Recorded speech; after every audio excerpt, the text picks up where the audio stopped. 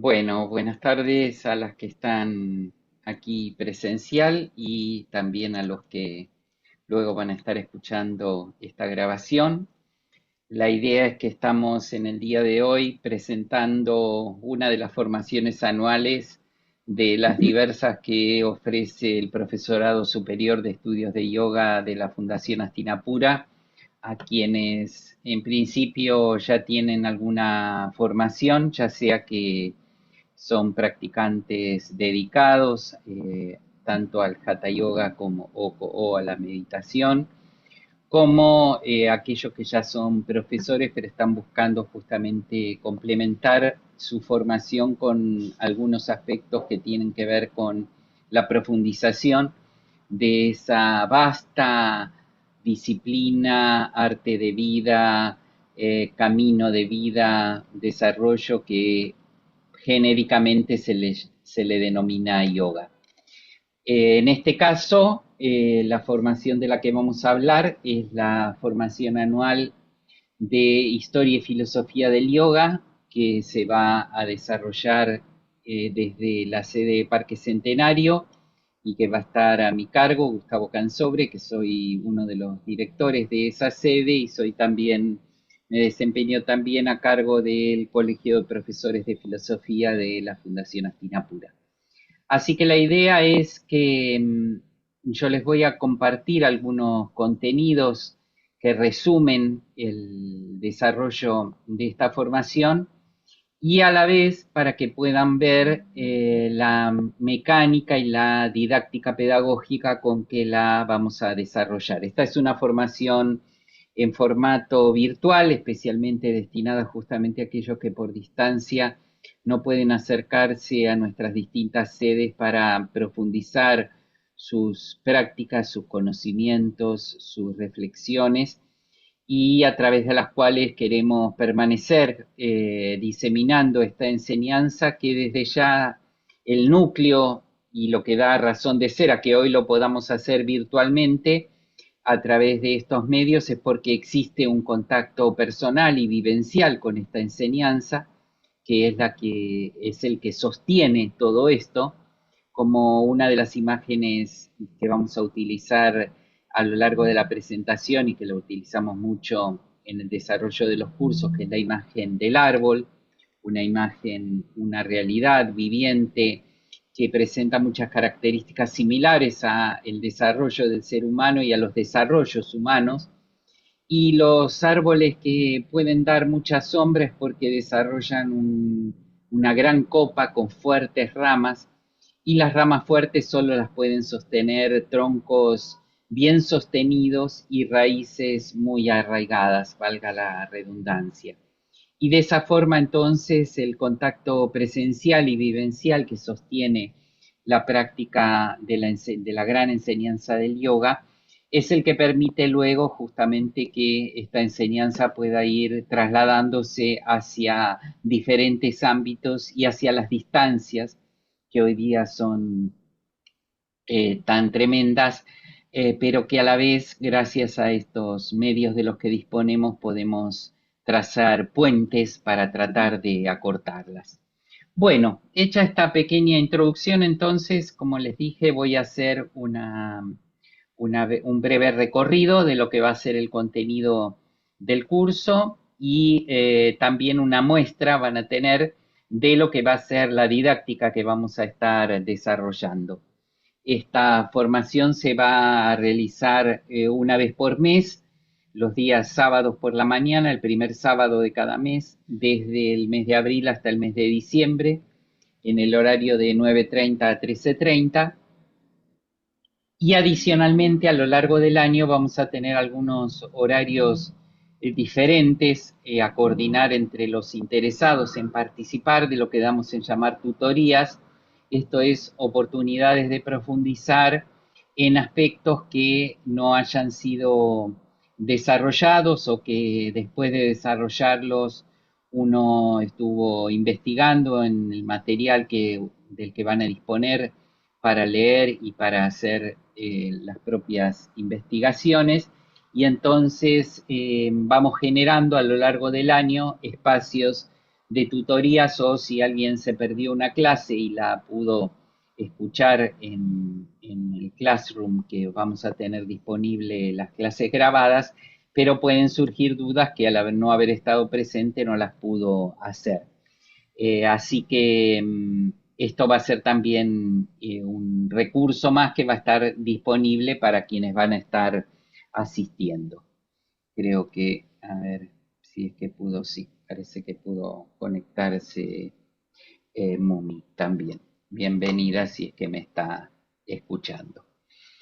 Bien, en la dinámica de las clases, respetando y lo que hemos aprendido de nuestros maestros y que tiene que ver con la manera en que se transmite vivencialmente esta enseñanza, la enseñanza que se denomina yoga, de alma viviente a alma viviente, como suelen decir los monjes con los que nuestra maestra, la profesora Ada Albrecht, fundadora de Hastinapura, aprendió.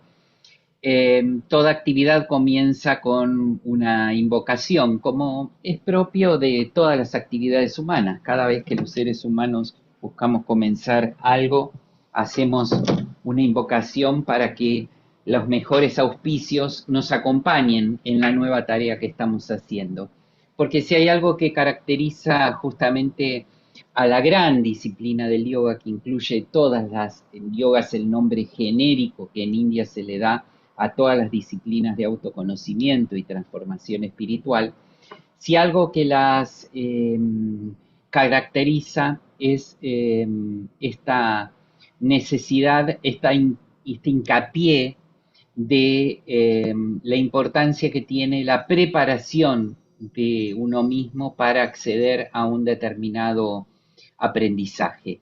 No se define el aprendizaje solo por los contenidos con los que uno se va a relacionar, sino por la manera en que uno lo va a hacer.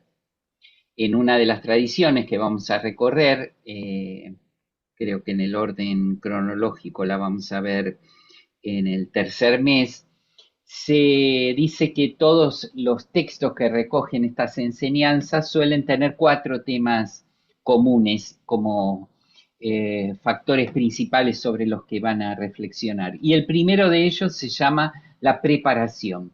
Esto es cómo se hace uno a uno mismo competente, cómo entra uno en sintonía con aquello que va a aprender. Porque el aprendizaje justamente es una especie de empatía que se suscita entre dos vasos que contienen elementos y que para poder traspasar de uno a otro tienen que estar justamente bien sintonizados o bien afinados, como se dice en la música.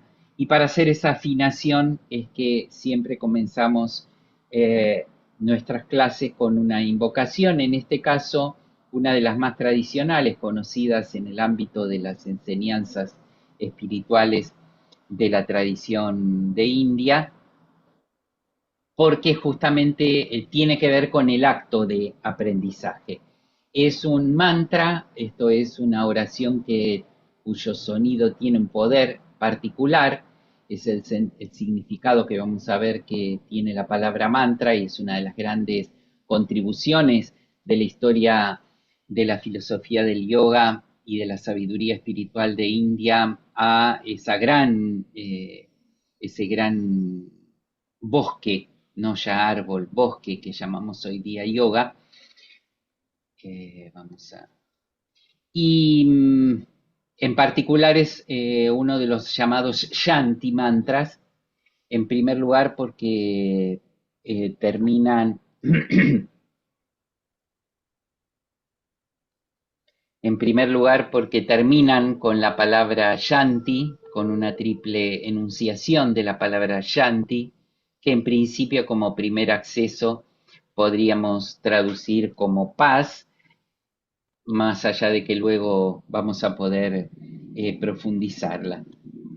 Y sus orígenes están presentes en las Upanishads, una de las enseñanzas centrales de toda la tradición espiritual de la India, encabezan los distintos Shanti mantras, hay cuatro principales, y encabezan algunos de los 11 o de las 11 Upanishads principales.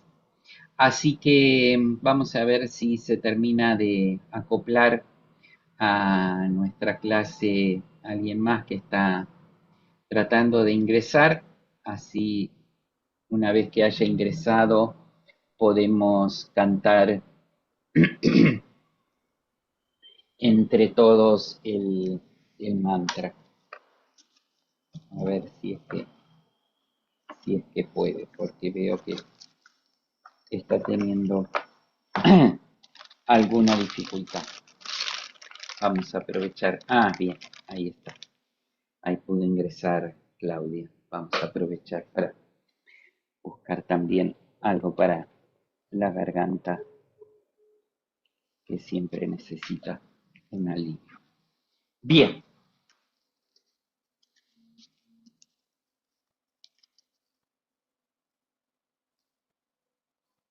A ver, hay alguien más que está queriendo ingresar. Bueno, ahí parece que... Muy bien.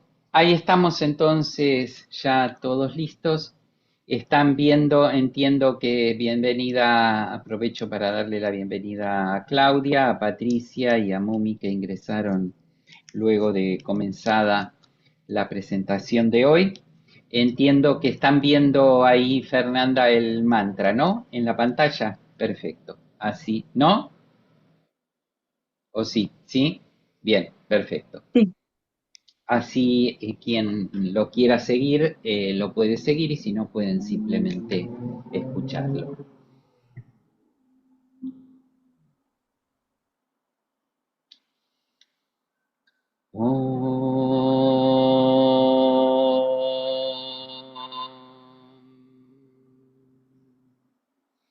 Sahana bhavatu, sahanau bhunaktu, sahaviryam karavavahai, tejasvinavaditamastu, mavidvishavahai. Om Shanti Shanti Shanti. Om.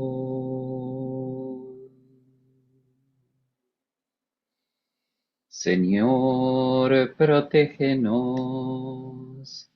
Al maestro y al discípulo, cuídalos, que la verdad podamos alcanzar, que el estudio luz nos pueda otorgar, que nunca haya distancia entre los dos, que haya paz, que haya paz, que haya paz. Oh.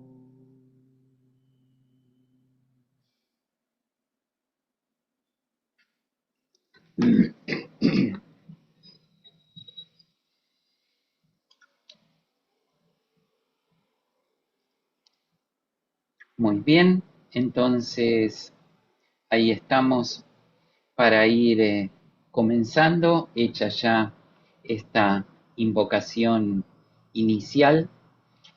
Y de lo primero que nos vamos a ocupar va a ser, vamos a volver a compartirles la pantalla, reflexionar en la terminología y de qué hablamos al decir yoga, ya que hoy día, cuando escuchamos la palabra yoga, lo primero que vemos es que no tiene un significado de lo que en la lógica se llamaría unívoco, esto es que alude claramente a algo sobre lo que todo el mundo pueda estar de acuerdo, sino que sería más bien siguiendo la misma clasificación lógica, un término análogo, esto es, a veces se utiliza la palabra yoga como para referirnos a cosas diferentes. Para las que se incorporaron después de la introducción, vamos a hacer un pequeño recorrido en la temática de la formación que va a tener a lo largo del año y también de la manera pedagógica en que lo vamos a desarrollar a lo largo del curso para que ustedes puedan tener justamente un acceso no solo a los contenidos, sino al desarrollo y a la didáctica con que lo hacemos. Si les van surgiendo algunas dudas, anótense porque vamos a hacer al final una ronda de preguntas, tanto si son conceptuales como si se refieren en particular a la dinámica que le vamos a dar a la formación. Volviendo entonces a estos contenidos, lo primero que nos vamos a preguntar es, bueno, ¿qué entendemos cuando hablamos de yoga? ¿A qué nos referimos? Porque hoy día podemos encontrar tanto a nivel del conocimiento como al nivel de las prácticas diferentes formas, diferentes disciplinas, distintas rutinas, distintos hábitos que todos ellos aparecen graficados y nominados con la palabra yoga. Hoy día es una experiencia que en cualquier ciudad importante, mediana o grande de cualquier país, y en particular en Argentina, en pequeñas ciudades también, porque particularmente tenemos un gran desarrollo, nos encontramos, si caminamos 15 cuadras alrededor de nuestras casas, nos encontramos con varias opciones de poder dedicarnos a distintas formas y prácticas que tienen que ver con la interiorización, la armonización, la respiración, la alimentación, los cambios de hábitos mentales, los cambios de ámbitos físicos. Esto es una realidad y este es un fenómeno típico de lo que hoy día se conoce bajo la palabra yoga, de lo que académicamente se suele llamar el yoga moderno, en la historia justamente del yoga o el yoga que conocemos todos nosotros, ya que hasta hace poquito menos de 100 años, quien quería practicar yoga tenía que trasladarse a un determinado lugar, cumplir con determinadas condiciones para poder acceder a ese lugar, quedarse, instalarse en ese lugar y recién entonces poder dedicarse a este aprendizaje. Y lógicamente también encontramos bajo la palabra yoga todas estas formas tan particulares y tan extrañas como el yoga de la cerveza o el yoga de los conejos o el de los gritos o el de las cabras o el yoga de la desnudez o tantas que ustedes conocen habitualmente en su recorrido por las redes. Por lo tanto, a la hora de mirar eso que decíamos que más que un árbol es un bosque, ese bosque que es el yoga, nos preguntamos, bueno, ¿de dónde viene el yoga? ¿Qué antigüedad tiene el yoga? Y como recién decíamos, tenemos muchas diferentes apreciaciones. Podemos encontrar fundamentos para decir que el yoga viene de algo que ocurrió hace 4.500 años o hace 2.800 con distintas estaciones o hace apenas unos 95 o 90 años. Vamos a detenernos para poder reflexionar sobre estas preguntas en algunos conceptos que nos parecen básicos para que los veamos, los tengamos presentes previamente. Y en base a lo que la tradición de la India nos enseña, el yoga es una enseñanza que está orientada a una transformación espiritual e integral.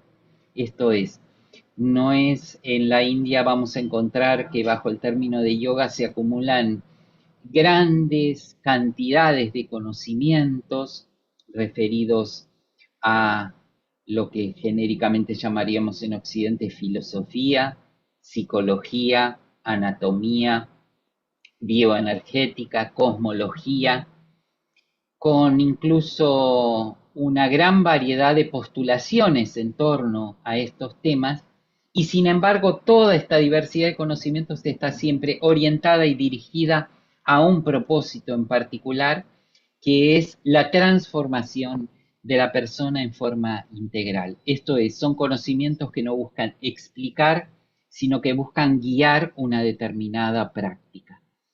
Eh, y por lo tanto, de la misma manera que cuando padecemos una cierta molestia, una cierta dolencia o inclusive una cierta enfermedad, recurrimos al contacto con una fuente de salud que nos pueda dar un diagnóstico apropiado y una terapéutica en función de ese diagnóstico. En el caso del yoga, todas sus diversas tradiciones, y especialmente hacen mayor hincapié en ella las más profundas, nos hablan de que es necesario para conocerlo el contacto con una fuente viva.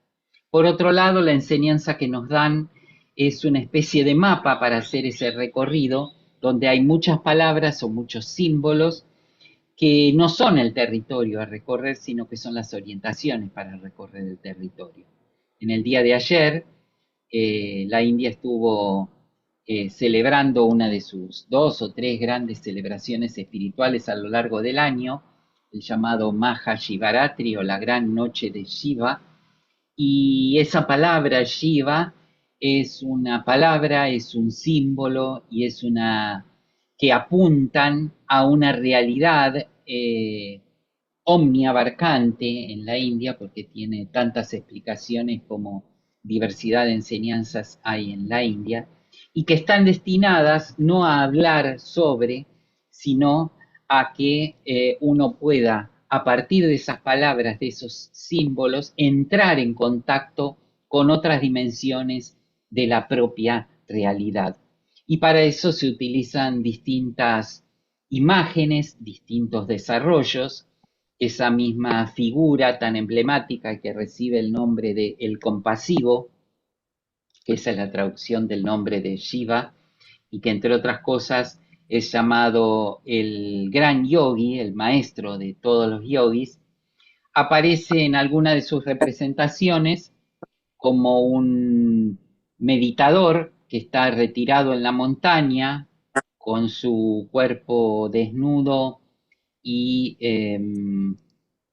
cubierto de cenizas, y a su vez en otras mismas representaciones el mismo personaje aparece engalanado con una serie de vestidos muy hermosos junto a una joven que es su esposa, junto a 2 que son sus hijos, junto a una serie de animales que lo acompañan, y cada uno de estos elementos son, como recién decíamos y como mencionamos aquí en esta lámina, palabras e imágenes que muestran, que invitan a hacer una reflexión sobre determinadas fuerzas de la vida humana que muchas veces se desarrollan en forma de discursos, o otras veces esos discursos están presentes a través de imágenes, sonidos, símbolos, músicas y danzas.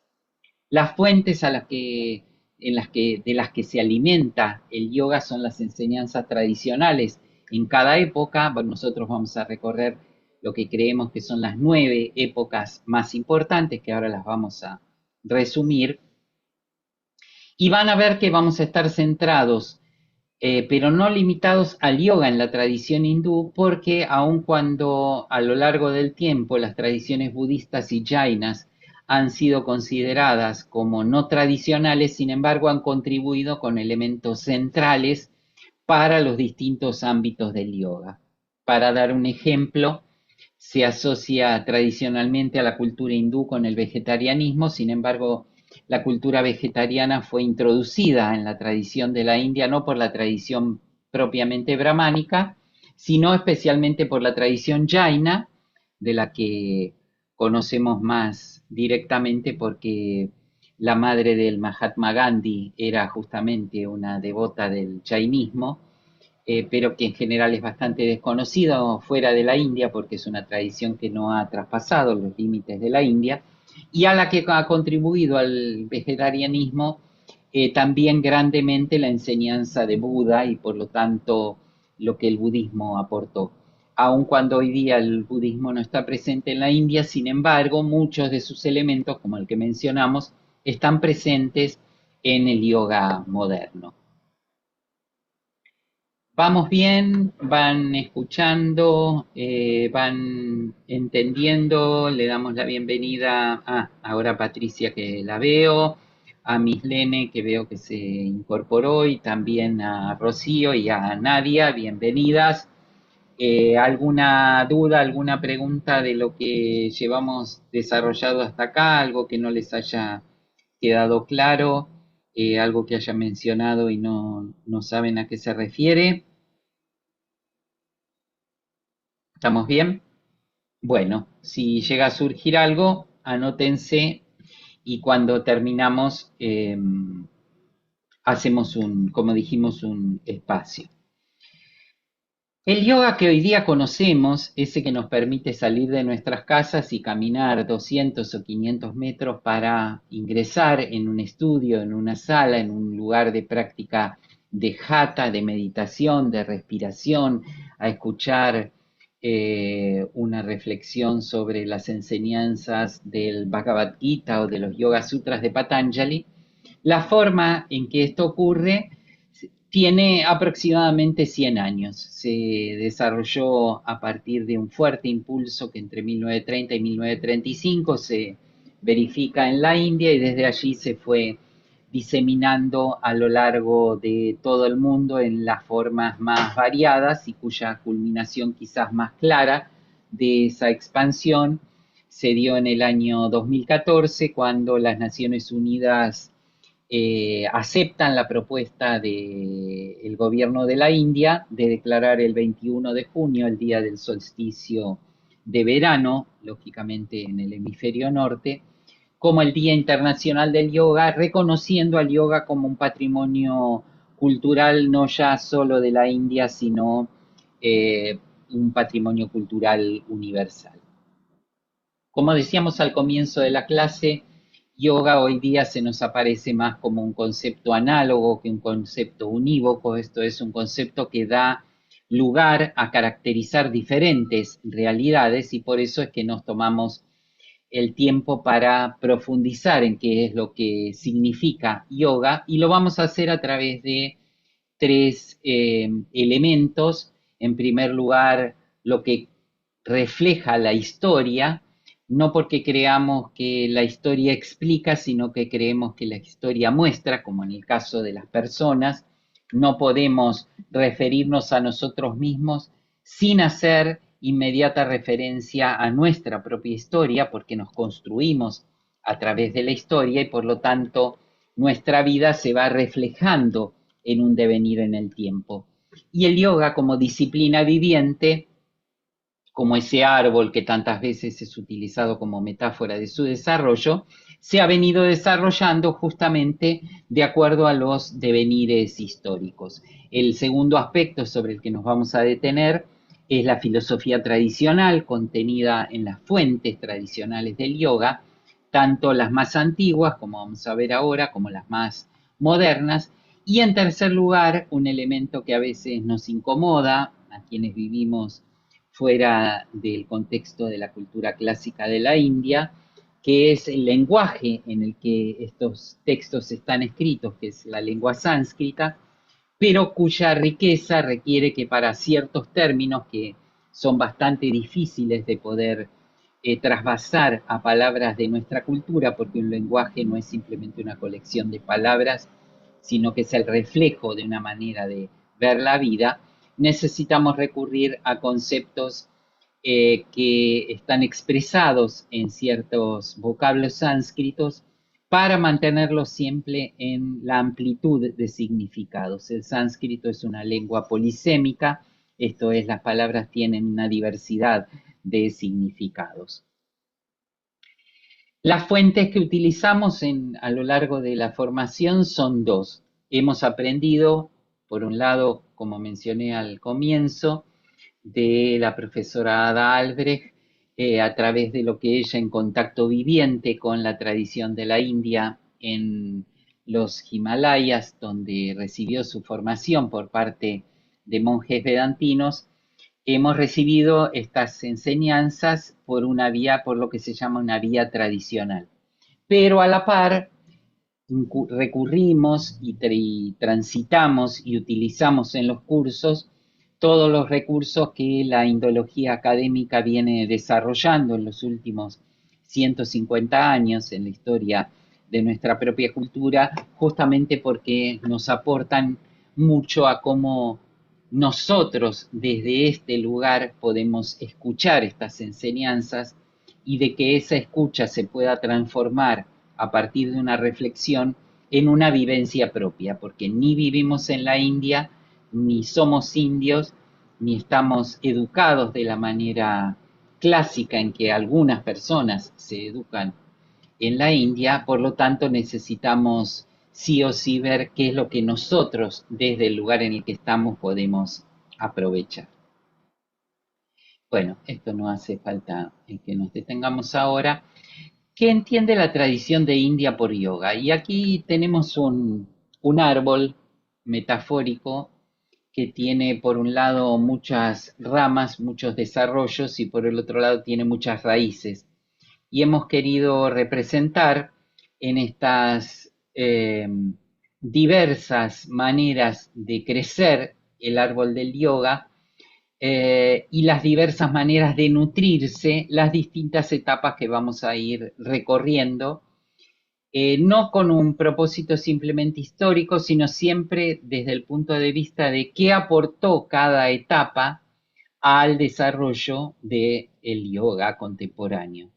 Hoy día, en cualquier lugar a donde ustedes concurran a hacer una práctica de hatha o una práctica de meditación, con lo primero que se van a encontrar es con que están presentes, como hicimos al inicio de la clase, los mantras. Y los mantras son un aporte justamente de una de las etapas más antiguas de la cultura filosófica de la India o sapiencial de la India, que es la cultura védica. Por lo tanto, esa cultura que en principio parecería que se desarrolló en la India hace 3000 años, sin embargo sigue viviendo y ha transmitido su legado en torno a la importancia que tiene el sonido y a cómo el sonido es una dimensión fundante de la realidad, no solamente humana, a la manera muy pitagórica, podríamos decir, desde los ecos de nuestra propia cultura, porque Pitágoras fue uno de los que justamente indagó sobre cómo a través del sonido cada uno de nosotros, seres humanos, que somos un microcosmos, podemos entrar en contacto con el macrocosmos. Por eso no es azaroso que Pitágoras, a quien lamentablemente solo conocemos por el famoso teorema, que en realidad más que un teorema es una demostración, porque el teorema de Pitágoras está demostrado, ya no es simplemente un teorema, pero lo conocemos así.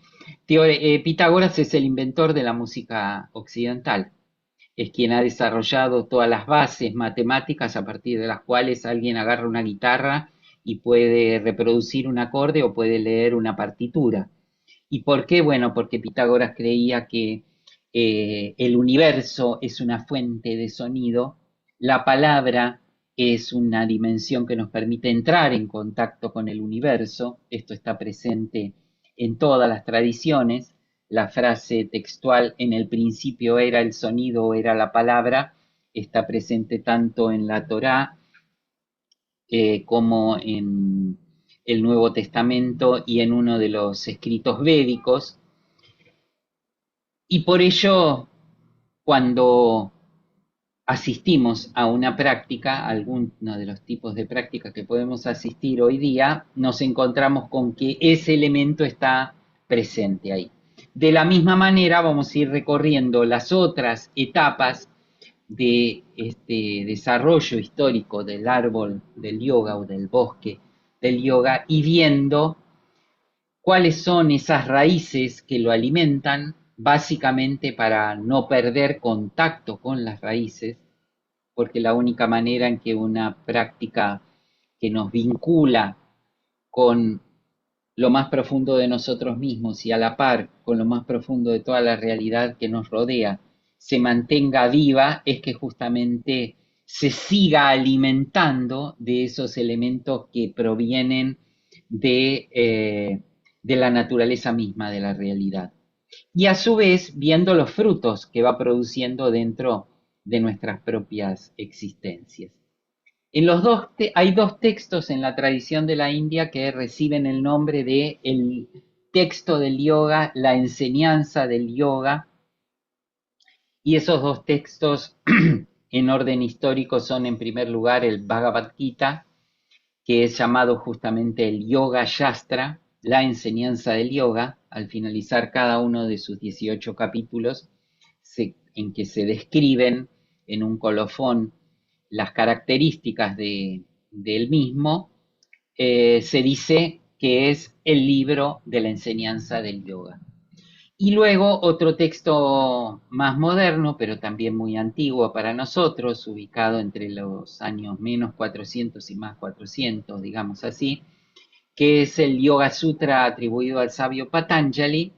En su comentario principal se lo llama justamente el libro del yoga. Y en ambos nos dice que la sabiduría que ahí se hace presente, ya sea en el Bhagavad Gita, que es un diálogo entre un maestro y un discípulo, la sabiduría que el maestro le entrega al discípulo, o en los Yoga Sutras, que es una recopilación que hace el sabio Patanjali de la sabiduría del yoga tal como se encontraba viviente en un momento de gran esplendor, en ese momento que en la cultura occidental Jaspers llamó un momento axial, un momento central en la historia de la humanidad, porque en diferentes lugares, en China con la aparición del taoísmo, en India con la aparición de las Upanishads y luego los Yoga Sutras, en Grecia con la aparición de los grandes sabios clásicos, en Persia con la aparición del zoroastrismo. En determinado momento de la historia parecería que irrumpe una gran sabiduría con distintas formas. Ese texto de los Yoga Sutras de Patanjali eh, alude, al igual que el Bhagavad Gita, que la sabiduría que están transcribiendo no es fruto de su propia invención, sino que lo que están compartiendo es una sabiduría que han recibido de los sabios con los que conviven y que estos sabios la han escuchado, la han asimilado, la han absorbido de su contemplación de la realidad. Bien, recuerdo para las que se incorporaron después que estamos haciendo como un recorrido, ¿no? Como si recorriéramos con un dron la superficie del globo terrestre y en apenas 55 minutos hiciéramos una breve descripción de lo que son los 195 países que lo conforman. Evidentemente nos quedan muchísimas cosas para describir y muchas aclaraciones para hacer, pero el propósito es que ustedes puedan ver tanto el tipo de contenidos que vamos a desarrollar como la didáctica con la que lo vamos a hacer. Lógicamente, en esa didáctica, en cada uno de estos puntos nos detendríamos, pediríamos las preguntas que pueden tener al respecto y recién entonces seguiríamos adelante. Hecha esta salvedad, ¿qué nos dice la historia acerca de esta pregunta que nos hacemos de cuándo comenzó el yoga? Y tenemos dos fuentes de evidencias. Una de lo que se llamaría en la historiografía de la prehistoria, esto es, del momento en que aún no había evidencias escritas, que nos muestra, ustedes ven aquí, si se fijan aquí estas dos imágenes que tenemos acá a la izquierda, esta y esta, ¿las están viendo? ¿Alcanzan a ver? Si se fijan, van a ver que son personas que están, quienes estén muy diestras en asanas, podrían describir claramente qué tipo de asana y en particular qué tipo de banda está practicando este personaje tan llamativo, porque tiene una cabeza que tiene varios rostros que miran hacia distintas direcciones y a su vez tiene unos cuernos sobre su cabeza, de forma más clara en la de arriba, de forma más simbólica en la de abajo. Estos dos son dos sellos que pertenecen a la llamada cultura del Indo-Sarasvati.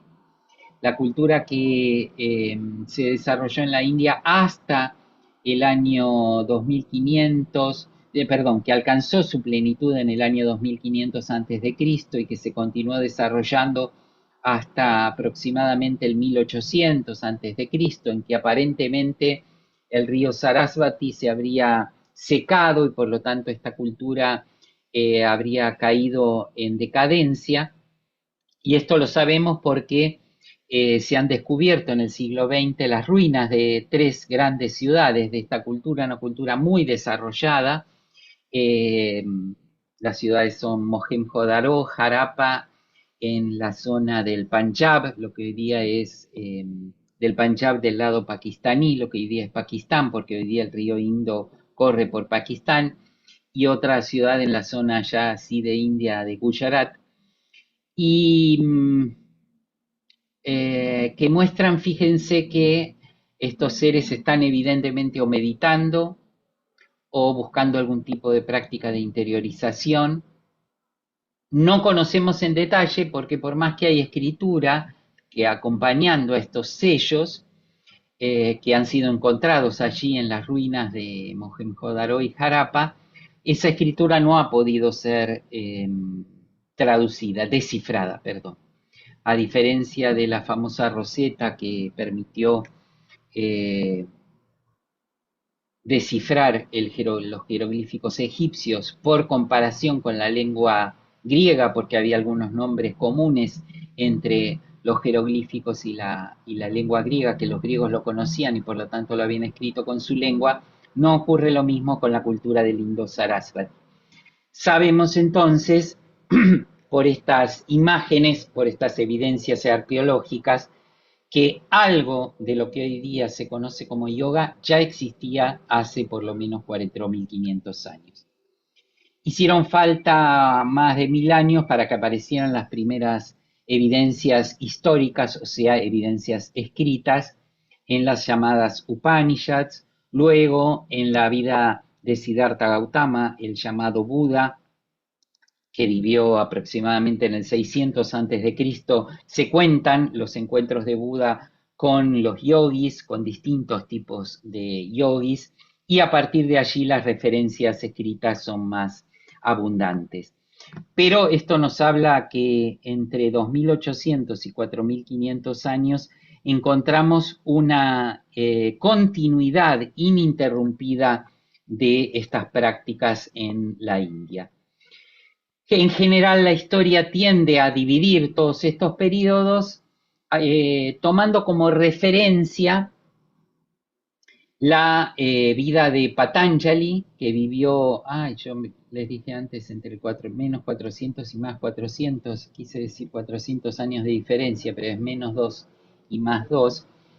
Se toma como referencia la vida del sabio Patanjali, como para decir que esa es la época clásica del yoga, y por lo tanto todo lo anterior se tiende a describir como preclásico, luego todo lo posterior como postclásico y a partir del año 1930 como el yoga moderno con toda su ramificación y diversidad.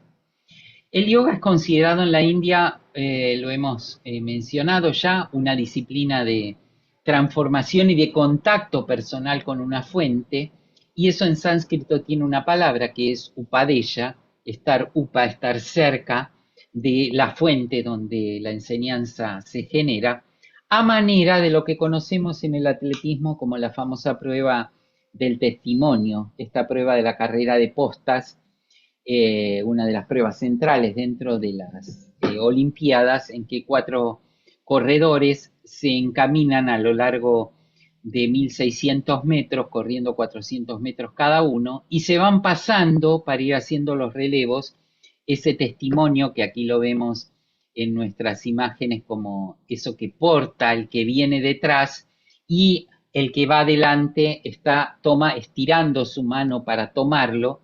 Esto es el carácter viviente que siempre tiene una tradición en el ámbito, por lo tanto, de toda la sabiduría de la India y se refleja en el del yoga. Por eso habrán conocido, estarán en contacto con lo que se llaman los linajes dentro de las enseñanzas espirituales de la India.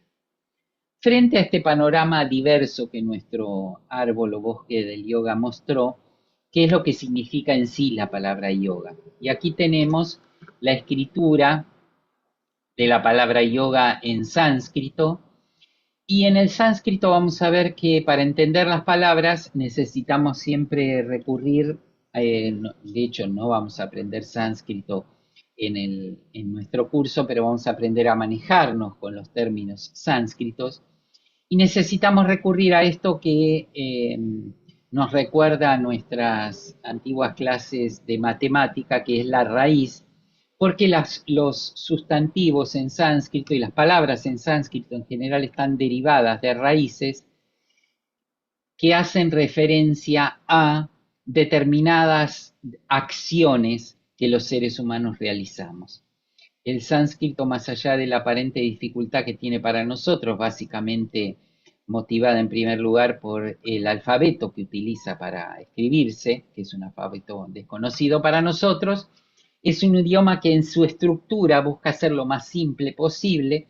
Por ejemplo, en el sánscrito siempre las palabras se escriben tal como se pronuncian y se pronuncian tal como se escriben.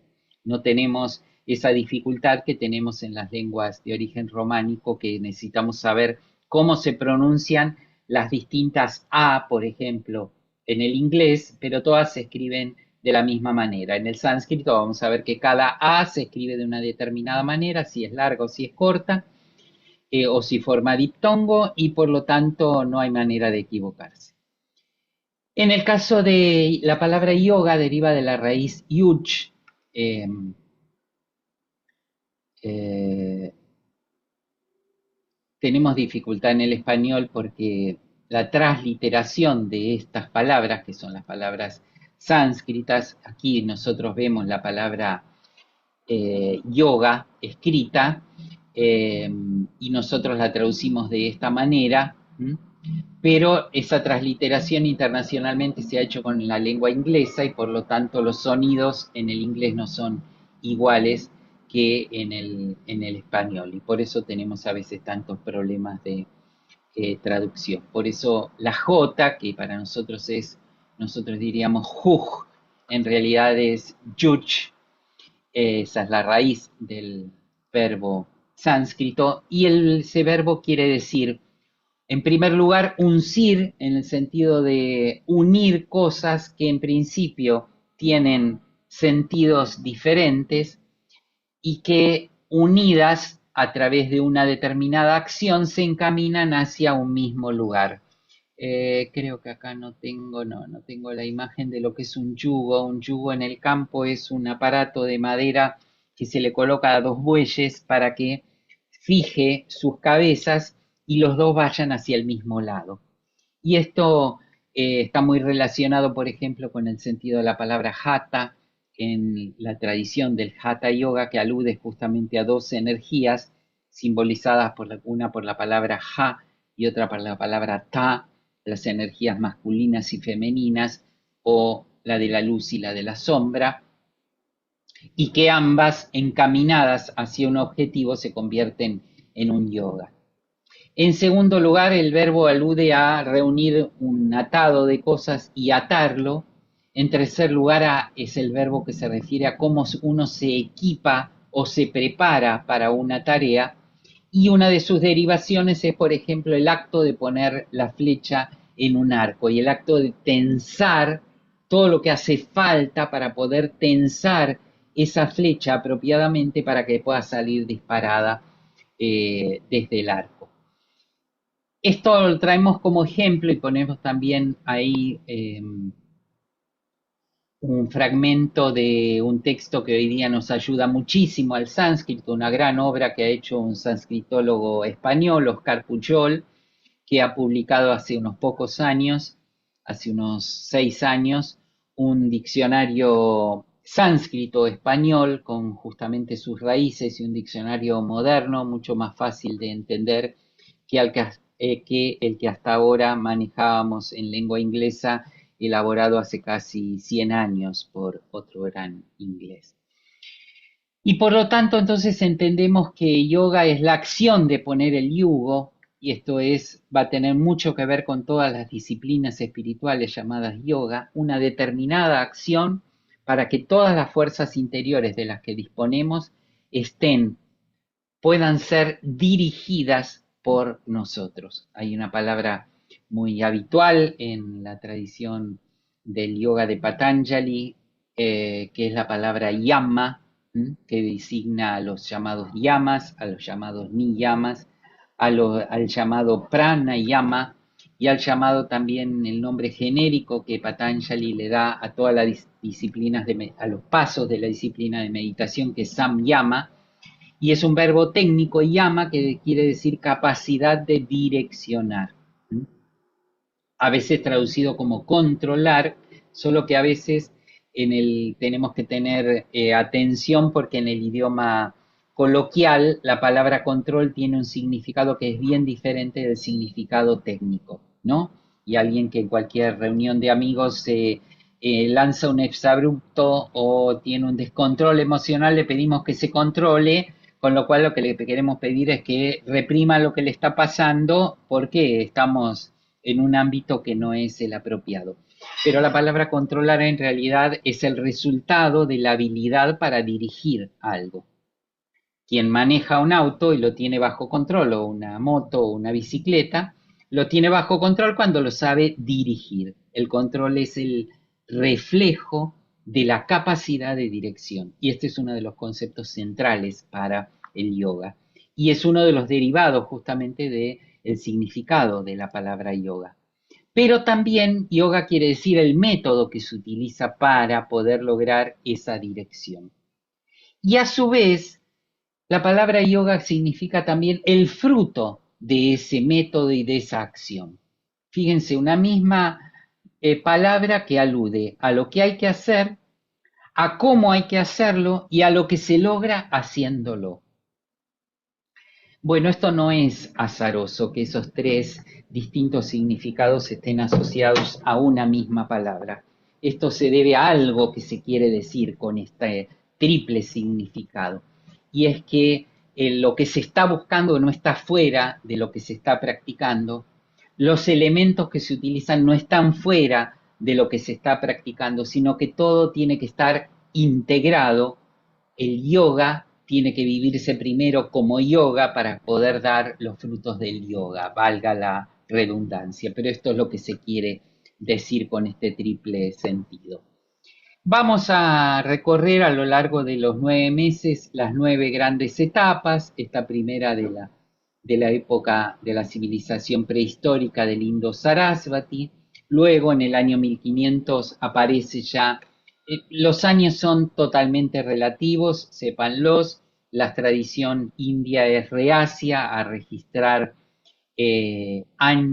fechas y personas, porque parte del principio de que si algo es útil y funciona, no hace falta saber cuándo ni quién lo desarrolló.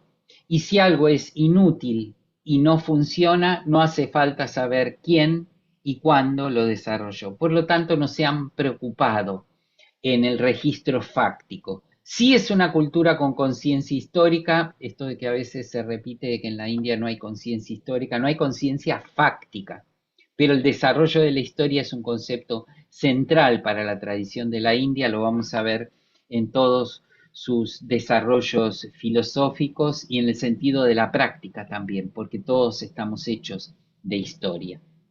Luego vamos a transitar en el segundo bloque a lo que aportaron las Upanishads a el desarrollo de la historia del yoga.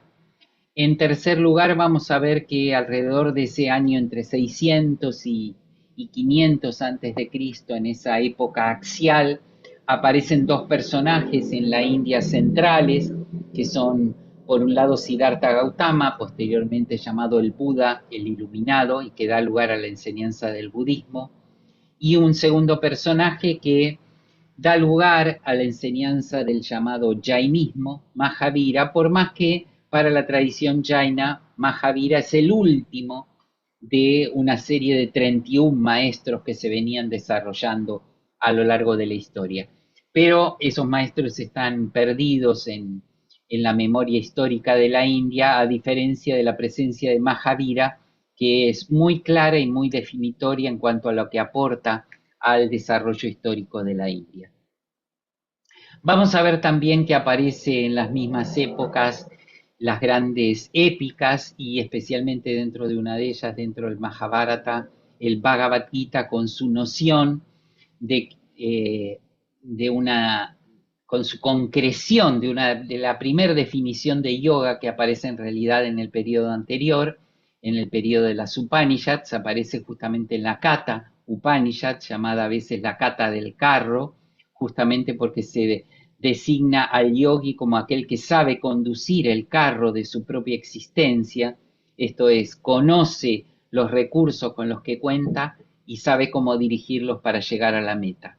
Esa noción vuelve a aparecer en el Bhagavad Gita, que desarrolla esta metáfora del carro. Justamente en el carro transcurre la enseñanza que el maestro le cuenta a su discípulo en el Bhagavad Gita y reafirma esta noción de yoga como la capacidad de controlar y de dirigir. Vamos a ver luego la aparición de esta gran síntesis que realiza el sabio Patanjali en una colección de 1200 términos sánscritos agrupados en 195 versos o sutras, y que son una de las fuentes más claras y precisas, pero no de las únicas, de las distintas etapas que hay que ir siguiendo para transitar estos desarrollos espirituales y que resultaron decisivos para todos los desarrollos posteriores de las prácticas espirituales en la India. Bueno, vamos a hacer mención en el curso, en la aparición de todas estas distintas líneas de sabiduría llamadas darshanas, o a veces en la nomenclatura académica escuelas de filosofía de la India. Y alrededor del año 600 ya de nuestra era, florece en India uno de los fenómenos más importantes en la historia del desarrollo del yoga, no solo dentro del ámbito de la tradición propiamente india, sino también en la tradición budista, tanto en la tradición budista propia de India como en la tradición budista que comienza a migrar desde India hacia el Tíbet, y también en la tradición jaina, que es uno de los fenómenos menos conocidos, o diría que más que menos conocidos, más mal conocidos, que es el llamado tantrismo, una de las corrientes espirituales más fuertes de la India, que explican gran parte del desarrollo devocional y cultural de la India actual. Cada vez que uno entra a un templo hoy día en la India, se encuentra con la mayoría de los elementos que la cultura tántrica ha desarrollado, eh, y que por lo tanto es una de las etapas en las que más nos vamos a detener para poder entender básicamente también la aparición de la tradición siguiente, que es la tradición que da lugar al nacimiento del Hatha Yoga, una tradición que nace con una serie de sabios llamados los Natas, alrededor en estas mismas épocas, pero más cerca del año 1000, y que en el año 1500 van a dar como fruto los textos clásicos del llamado Hatha Yoga o el yoga de la energía, como son el Hatha Paradipika, el Granda Samhita, el Gorakshayataka, el Shiva Samhita, también una serie de diversos textos que fueron precedidos también por algunos textos budistas previos a los que vamos a hacer alguna referencia. No podemos dedicar más que a cada una de estas etapas una de las clases de este recorrido, y solo el fenómeno del tantrismo ya nos podría absorber todo un curso de 9 clases. Uno de los frutos de toda esta gran efusión cultural que nace en esta etapa se da eh, a partir de la confluencia de los elementos tántricos por un lado y de las darshanas de las que hablamos antes, en particular del Vedanta como una de las más fuertes, que aparece justamente en la misma época, en el año alrededor del año 700 con el sabio Shankara, y que son las que le dan la gran fuerza a la cultura clásica de la India, que es con la que hoy día nos encontramos cuando viajamos a la India, la cultura de los últimos 1500 años o 1300 años, podríamos decir. En su variante, nos vamos a detener en su variante Bhakti, una corriente que comienza en el sur de la India en el siglo XIV y comienza desde el sur a ir trasladándose hacia el norte y que ha enriquecido grandemente e impregnado a las prácticas actuales del yoga de todo su componente devocional.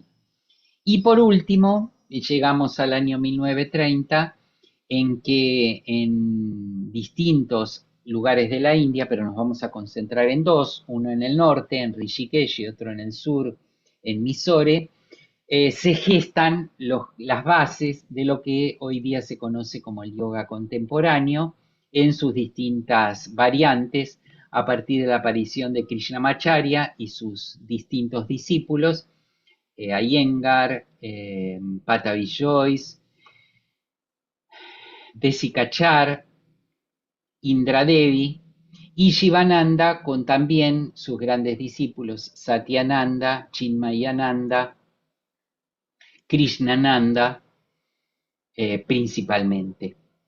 Lógicamente, en todas estas etapas que vamos a recorrer, vamos a detenernos en algunas cosas y va a haber un montón de otras en las que no nos vamos a poder detener. Quienes quieran sí profundizar en la investigación más profunda de cada una, y de hecho vamos a estimular a que al principio del año cada uno de los que transite la formación elija una etapa como para profundizar particularmente en una etapa.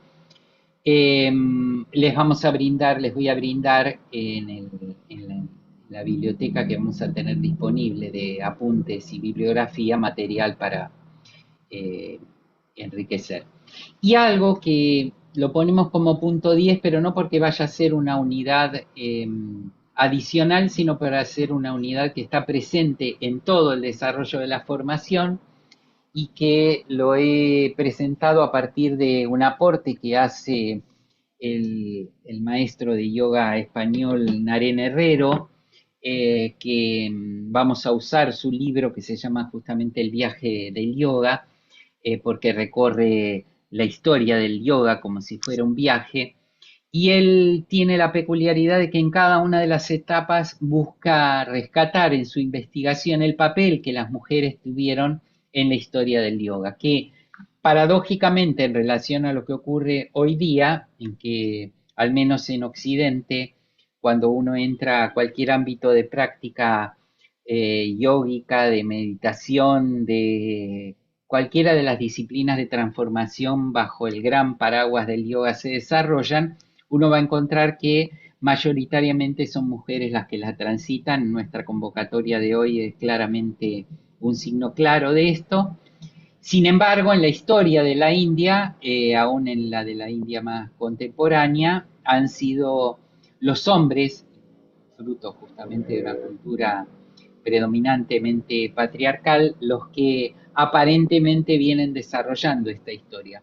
Pero decimos aparentemente porque como en todos los ámbitos de la vida, detrás de lo que se ve está el papel decisivo que las mujeres tuvieron, y esto lo vamos a ir rescatando en cada una de las etapas, porque en todas las etapas que recién mencionamos hay personajes centrales que fueron encarnados justamente por mujeres.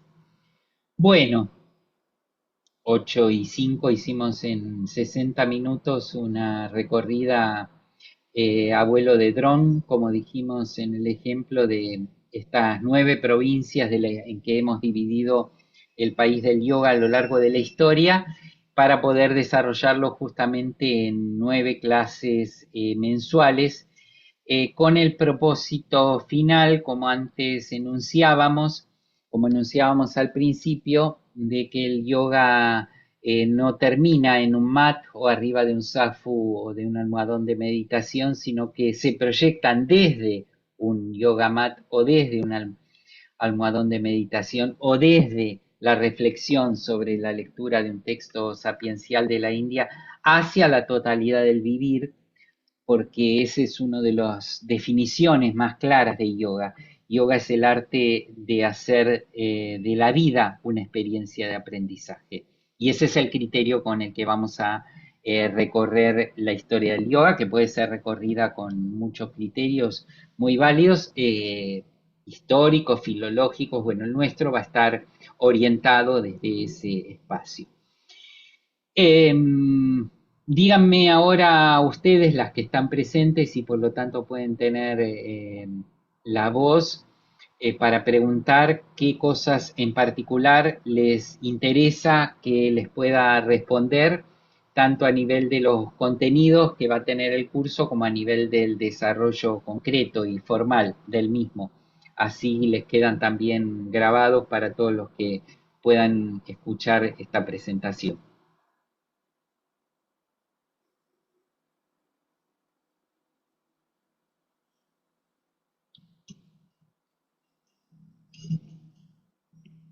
Bueno, te voy a preguntar, como para que quede grabado, como vos decís, vamos a hacer, como vos dijiste, nos vas a dar un tema por ahí en particular o que elijamos un tema en particular de las etapas del yoga y pues sobre eso podemos hacer un trabajo Sí, o simplemente... sí, Sí. ese es mi propósito en esta formación este año.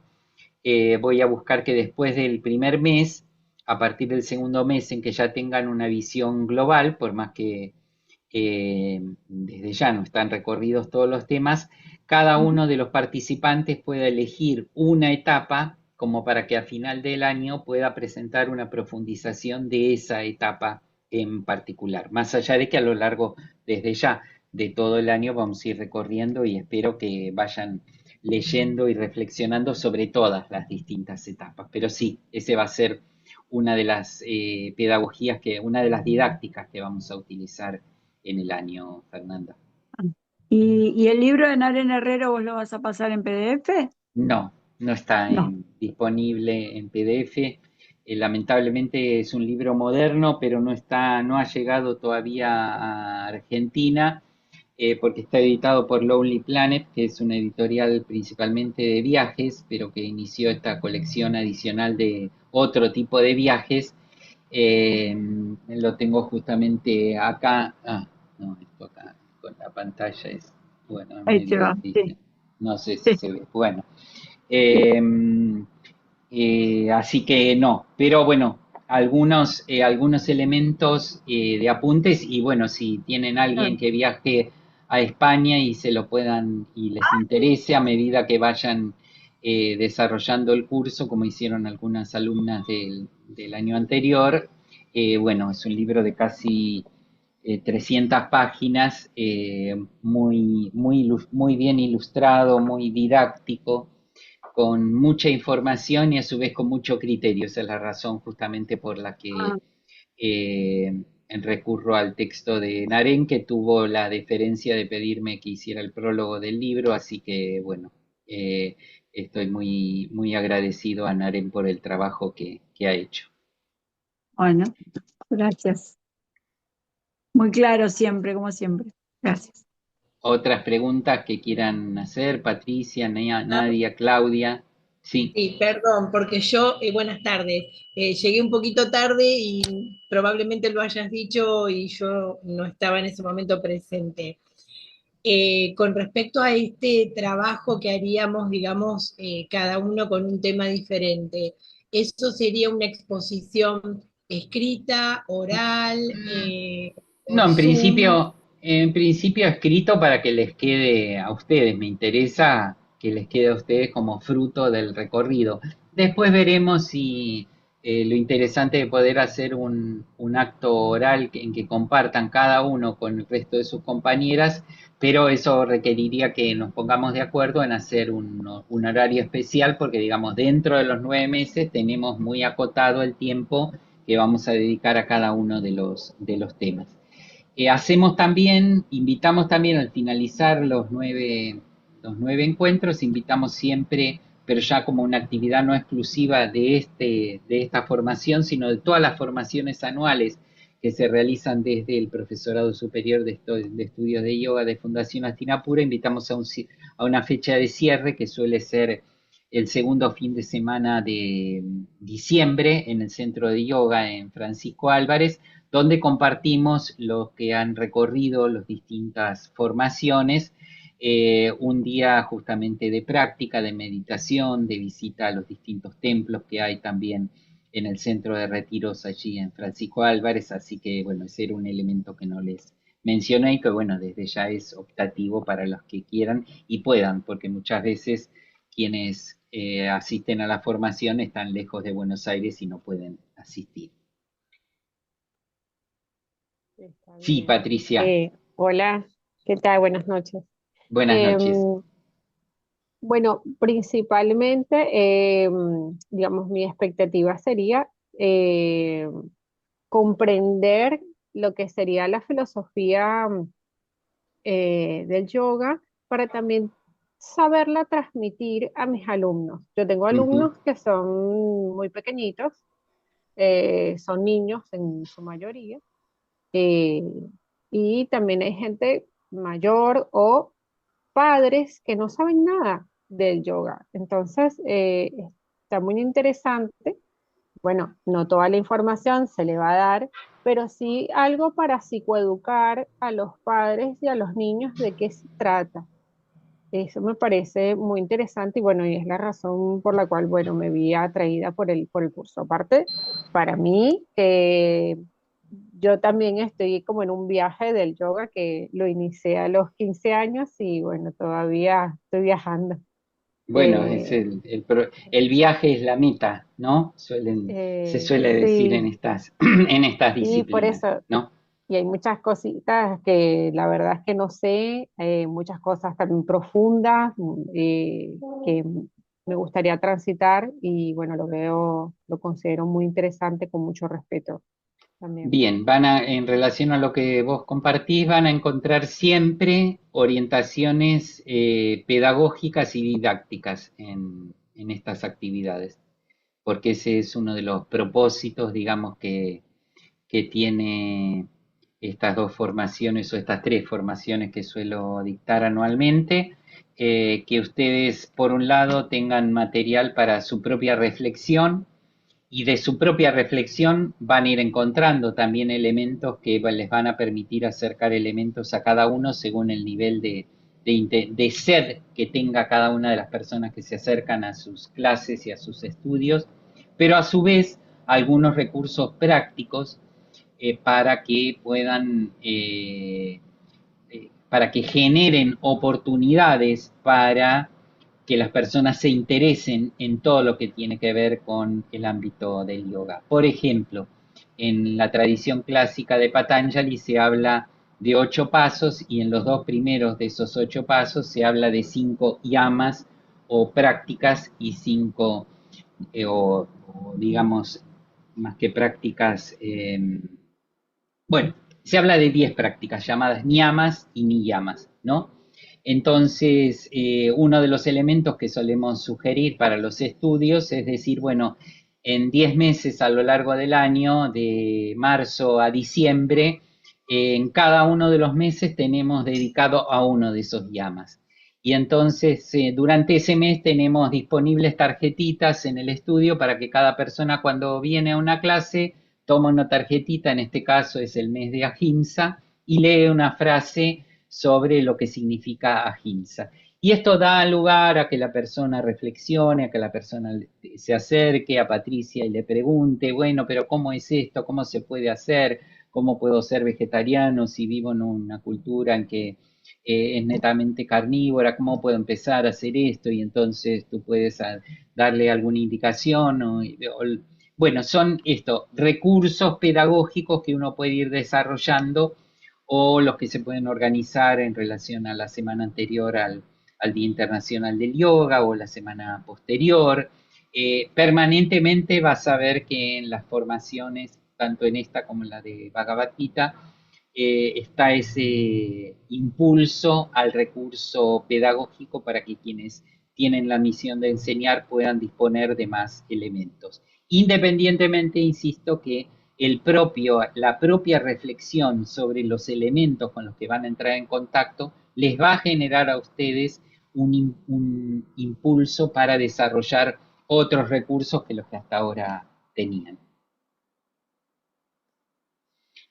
Muy bien, ¿algo más que quieran consultar? Nadia, Ceci, que se presentó al comienzo, Mumi, que creo que está ahí escuchando.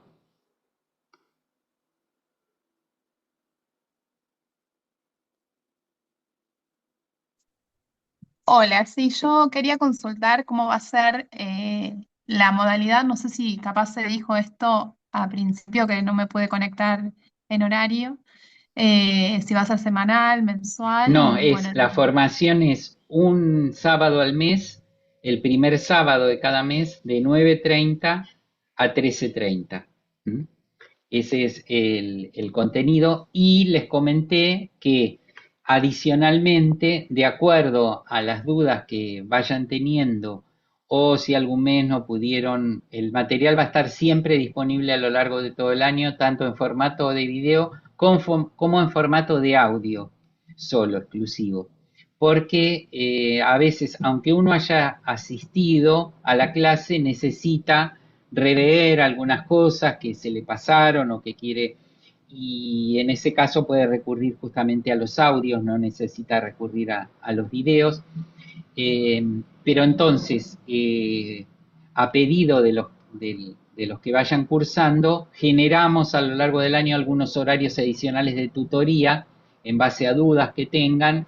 Entonces, bueno, vimos la estructura, la clase 2, vimos las Upanishads, si les quedó dudas sobre qué es lo que significa el carro y cómo el carro tiene que ver con todos los elementos de control interior. Entonces, bueno, hacemos una tutoría especial de 45 minutos en un horario que convengamos las que están interesadas y nos detenemos en esa pregunta. Siempre las tutorías son a pedido, ¿no? Eso sí, no, yo no tengo ninguna duda, pero voy a escuchar las preguntas de mis compañeras.